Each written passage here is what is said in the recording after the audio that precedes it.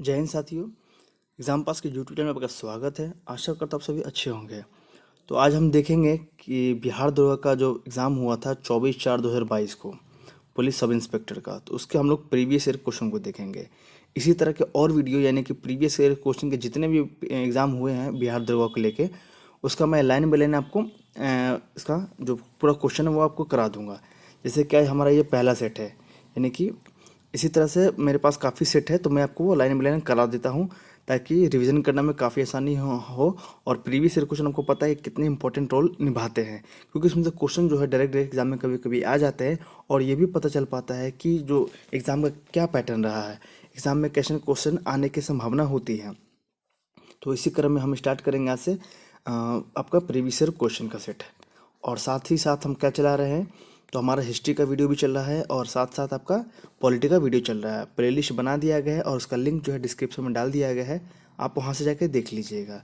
तो चलिए शुरू करते हैं, ज़्यादा वक्त बर्बाद ना करते हुए। एग्ज़ाम देख लीजिए कब हुआ था आपका, 24/4/2022 का। ठीक है, चलिए इसके पहले क्वेश्चन को देखते हैं। सूर्यास्त या सूर्योदय के समय सूर्य की आभासी चपटापन निम्न परिघटना के कारण है, तो आंसर हो जाएगा अपवर्तन के कारण। आगे है, प्रथम विश्व युद्ध के दौरान कौन सा देश 1915 में ब्रिटेन के खिलाफ केंद्रीय बलों में शामिल हुआ? आंसर हो जाएगा बुल्गारिया। आगे देखते हैं, टिहरी बांध नदियों के संगम पर स्थित है। आंसर है 3 का ए, यानी कि भागीरथी व भिलांगना। 4 है, किसी अर्धचालक का ताप बढ़ाने पर उसकी प्रतिरोधकता क्या हो जाएगी? तो आंसर हो जाएगा घटती है। 5 है, यदि एक कूट भाषा में आपका ये रीजनिंग है, मैं इसका आंसर बताता हूँ। आंसर हो जाएगा डी। और ये आपका मैथ है, 6 का आंसर हो जाएगा डी।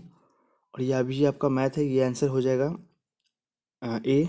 आप आंसर देख लीजिए और आपको सॉल्व करना होगा तो आप इसको वीडियो को पॉज करके आप इसे सॉल्व भी कर सकते हैं। 8 है, 1799 में टीपू सुल्तान की मृत्यु के उपरांत मैसूर का राजा किसे बनाया गया? आंसर हो जाएगा कृष्णराज तृतीय को।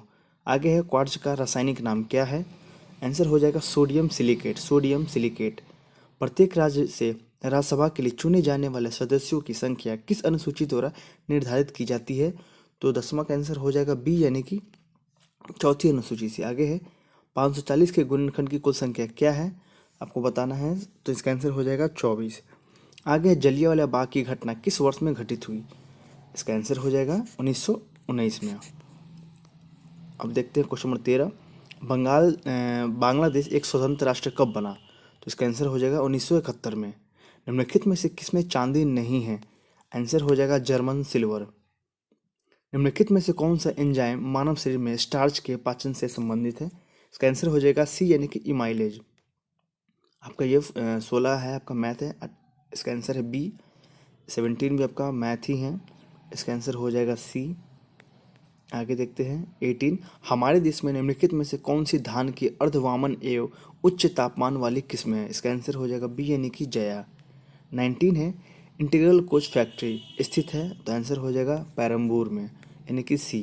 20 है, निम्नलिखित में से कौन से प्रधानमंत्री ने राज्य के मुख्यमंत्री के रूप में कार्य नहीं किया? आंसर हो जाएगा 20 का डी, यानी कि चंद्रशेखर। आगे है, क्लोरोजाइलिनाल तथा ट्रपिनॉल का मिश्रण किस रूप में कार्य करता है? इसका आंसर हो जाएगा ए, यानी कि रोगाणुरोधक के रूप में। 22, क्वेश्चन नंबर 23 है, दूध को दही में परिवर्तन करने वाला बैक्टीरिया है, तो इसका आंसर हो जाएगा 23 का ए, यानी कि लैक्टिक एसिड और लैक्टिक एसिड बैक्टीरिया। आगे है, निम्नलिखित में से कौन सा आनुवांशिकता रूपांतरित खाद्य पादप है? तो 24 का आंसर हो जाएगा डी, यानी कि सुनहरा धान। सुनहरा धान। आगे है, ये आपका रीजनिंग है, तो 25 का आंसर आप देख लिए, डायरेक्ट आंसर हो जाएगा ए, यानी कि पुत्रवधु। आगे है 26, परमाणु रिएक्टर में ग्रेफाइट का प्रयोग किस रूप में किया जाता है? तो आंसर हो जाएगा मंदक के रूप में, सी, यानी कि। आगे है, मध्य रेल मंडल का मुख्यालय कहाँ है? तो 27 का आंसर हो जाएगा सी, यानी कि मुंबई CST। ठीक है, मुंबई CST। आगे है, आयरन की कमी से क्या होता है? तो 28 का आंसर हो जाएगा सी, यानी कि एनीमिया। क्वेश्चन नंबर 29 है, भूमध्य रेखा निम्नलिखित में से किस देश से मध्य होकर नहीं गुजरती है? 29, इसका आंसर हो जाएगा सी, यानी कि भारत। सी, यानी कि भारत। 30 है, भाखड़ा नांगल बांध किस नदी पर बना है? तो 30 का आंसर हो जाएगा बी, यानी कि सतलज नदी पे। आगे है, जोग जलप्रपात स्थित है, इसका आंसर हो जाएगा डी, यानी कि शरावती नदी पर। ठीक है। आगे है, जहां आरा द्वारा लिखित शेख मोइनुद्दीन चिश्ती की जीवनी है, तो आंसर हो जाएगा ए यानी कि मुनीस अल अरवा, मुनीस अल अरवा। नंबर 33 है, महात्मा गांधी ने असहयोग आंदोलन को कब वापस ले लिया था? तो 33 का आंसर हो जाएगा ए यानी कि फरवरी 1922 में। 34 है, नामदफा राष्ट्रीय उद्यान स्थित है? तो 34 का आंसर हो जाएगा ए यानी कि अरुणाचल प्रदेश में। 35 है, नक्काशीदार कांच के लिए निम्न में से किस अम्ल का उपयोग किया जाता है? तो 35 का आंसर हो जाएगा डी यानी कि HF। आगे है, किस संवैधानिक संशोधन अधिनियम के द्वारा राष्ट्रपति के लिए संवैधानिक संशोधन विधेयक पर सहमति देना अनिवार्य किया गया? तो 36, इसका आंसर हो जाएगा ए यानी कि 24वां। 37 है, सोन नदी का उद्गम स्थल कहाँ है? तो 37 का आंसर बताएंगे, इसका आंसर हो जाएगा बी यानी कि अमरकंटक से। ये आपका 38 जो आपका रीजनिंग मैथ, इसको छोड़ते हैं। अब देखते हैं आपका 39, पूगा घाटी स्थित है? तो 39 का आंसर हो जाएगा ए यानी कि लद्दाख में। आगे है, कौन सा जनपद छठी और चौथी शताब्दी ईसा पूर्व के मध्य सबसे शक्तिशाली महाजनपद बना? 40, इसका आंसर हो जाएगा डी यानी कि मगध। आगे है, बंगाल में अमला डैश का अधिकारी होता था? तो 41 का आंसर हो जाएगा डी यानी कि जमींदार का। आगे है, मुर्रा नस्ल क्या है? ये किसका है? तो आंसर हो जाएगा बी यानी कि ये भैंस का ये नस्ल है। आगे है, 1946 में भारत आए कैबिनेट मिशन में कितने सदस्य थे? 43 का आंसर हो जाएगा बी यानी कि 3। निम्नलिखित में से कौन सा अकबर के काल का भूमि का वर्गीकरण नहीं है? 44 का आंसर हो जाएगा डी यानी कि जरीबा। आगे है, जैन धर्म का 23वां तीर्थंकर कौन था? 45 का आंसर हो जाएगा सी यानी कि पार्श्वनाथ। सीमा सड़क संगठन की स्थापना की गई थी? डेटिंग कब है इसका? 46 का आंसर हो जाएगा बी यानी कि 1960 में। अंकलेश्वर स्थित है कहाँ पे? आंसर हो जाएगा गुजरात में। अवध राज्य का अंतिम शासक कौन है? 48, इसका आंसर हो जाएगा ए यानी कि वाजिद अली शाह। आगे है, सॉरी आपका रीजनिंग है, इसे छोड़ते मैथ है, छोड़ते हैं। 50 देखते हैं। भिलाई, दुर्गापुर एवं राउरकेला में इस्पात संयंत्र का निर्माण किस पंचवर्षीय योजना में हुआ था? 50, इसका आंसर हो जाए सॉरी इसका आंसर हो जाएगा बी यानी कि द्वितीय। निम्न में से कौन से धातु केवल पराबैंगनी तरंगों की प्रतिक्रिया पर अपने पृष्ठ में इलेक्ट्रॉन उत्सर्जित करती है? आंसर हो जाएगा सी यानी कि जिंक। ये आपका ये रीजनिंग है 52। आगे देखते हैं 55 देखते हैं। नामेरी टाइगर रिजर्व भारत के किस राज्य में स्थित है? तो 55, इसका आंसर हो जाएगा आपका ए यानी कि असम में। आगे है 56, निम्नलिखित शब्दों को एक तार्किक क्रम में व्यवस्थित करना है आपको। ये भी आपका रीजनिंग है। 56 का आंसर हो जाएगा बी यानी कि 4 1 3 2 5। देख लीजिए, इस टाइप के क्वेश्चन एग्जाम में पूछे जाते हैं। ठीक है, आगे देखते हैं, भारत के मीठे पानी की सबसे बड़ी झील कौन सी है? 57, आंसर हो जाएगा वुलर। आगे है, लोकसभा में विपक्ष का नेता बनने के लिए कम से कम सदन की कुल सीटों का डैश सीटें हासिल होना चाहिए? तो आंसर हो जाएगा 1/10। आगे है, एक आर्द्र यानी कि दिन की सुबह यदि एक कोमल तने वाले पादप को उसके तने के आधार पर से एक तेज ब्लेड से क्षैतिज रूप में काटते हैं तो तना के कटे स्थान में से विलिन की बूंदें रिस निकलने लगती है, इस कारण क्या होता है?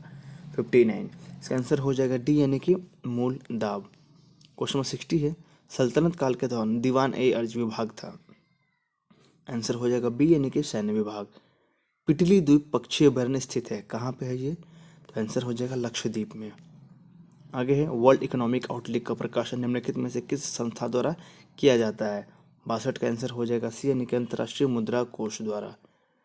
63 है, यह क्रिया जिसमें एक आर्किड अधिपादप की तरह एक वृक्ष पर आता है क्या कहलाता है?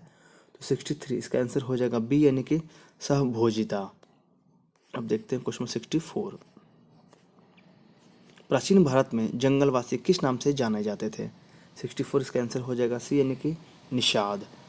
65 है, भारत के निम्नलिखित राज्यों में से किस में डेबसा पास दर्रा स्थित है? 65 का आंसर हो जाएगा सी यानी कि हिमाचल प्रदेश। 66 है, निम्नलिखित में से किस पादप का परागकण एलर्जी कारक है? 66, इसका आंसर हो जाएगा बी यानी कि पार्थेनियम। 67 है, निम्नलिखित में से कौन सा जाइलम का भाग नहीं है? 67, इसका आंसर हो जाएगा सी यानी कि चालनी नलिका। आगे है, निम्नलिखित में से कौन सा क्षेत्र भारत का जैव विविधता हॉटस्पॉट का प्रतिनिधित्व करता है?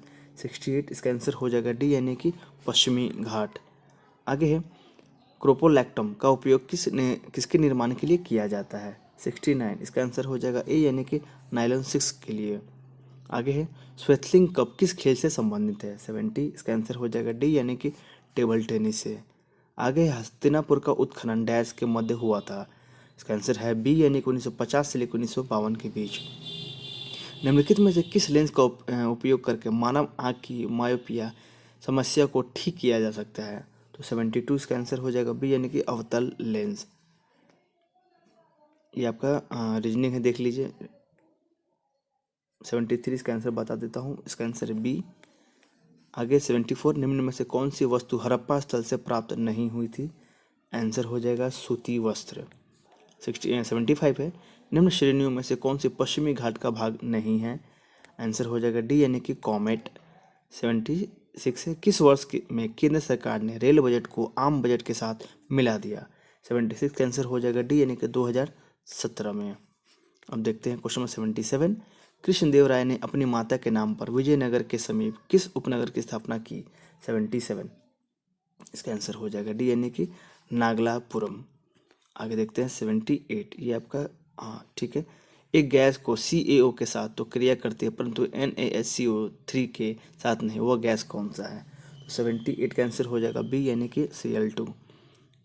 79 है, इसका आंसर हो जाएगा बी 8। 80 है, ये भी आपका रीजनिंग है। 80 इसका आंसर हो जाएगा डी, आपको बस सॉल्व करना है, आप एक बार कीजिएगा। भारत के नियंत्रक एवं महालेखा परीक्षक को उसके पद से हटाने की प्रक्रिया नियम किसके समान है? आंसर हो जाएगा सी यानी कि उच्चतम न्यायालय के न्यायाधीश के हटाने के समान। शब्द सेरिकल्चर संबंधित है। 82 का आंसर हो जाएगा डी यानी कि रेशम से। निम्नलिखित में से कौन से विश्व का सबसे हानिकारक जलीय खरपतवार है? आंसर हो जाएगा ए यानी कि आइकॉर्निया। आगे है सार्क का सदस्य इसमें से कौन सा नहीं है? 84 का आंसर हो जाएगा सी यानी कि ईरान। आगे देखते हैं 85 किस मुगल सम्राट के शासनकाल में मुगल दरबार में चहार तस्लीम और जमीन बोझ लागू किए गए? 85, इसका आंसर हो जाएगा सी यानी कि शाहजहां। आगे है बौद्ध धर्म में उपदेश देने हेतु किस भाषा का उपयोग किया जाता है? 86 का आंसर हो जाएगा ए यानी कि पाली भाषा का। 87 है आपका ये 14 घंटे एक दिन का कितना भाग है आपको बताना है। तो 87 का आंसर हो जाएगा बी 7/12। आगे है अनुचुंबक तत्व पदार्थ है, तो 88 का आंसर हो जाएगा डी यानी कि चुंबक की ओर छिन्न बल द्वारा आकर्षित होता है। ठीक है, अब देखते हैं 89 किस मौर्य स्तंभ के शीर्ष पर एक विशाल हाथी स्थापित है? 89, इसका आंसर हो जाएगा सी यानी कि संकीय स्तंभ। संकीय स्तंभ। अब देखते हैं 90 पर्यावरण संरक्षण के बारे में जागरूकता फैलाने में सहायक पुस्तक साइलेंट स्प्रिंग के लेखक कौन है? 90, इसका आंसर हो जाएगा बी यानी कि रसेल कार्सन। ये आपका मैथ है। 91, इसका आंसर है सी, आपको सॉल्व करना है। 92 है तिलैया बांध डैश नदी पर निर्मित है? 92 आंसर हो जाएगा बराकर। 93 है किस एक्ट के द्वारा भारत में ईस्ट इंडिया कंपनी का व्यापारिक एकाधिकार समाप्त कर दिया गया? 93, तो इसका आंसर हो जाएगा सी यानी कि 1813 का चार्टर एक्ट। ये आपका रीजनिंग है, देख लीजिए। 94, इसका आंसर हो जाएगा बी यानी कि 85326। 95 है कोडरमा डैश के खन के लिए जाना जाता है? 95 का आंसर हो जाएगा सी यानी कि अबरक के लिए।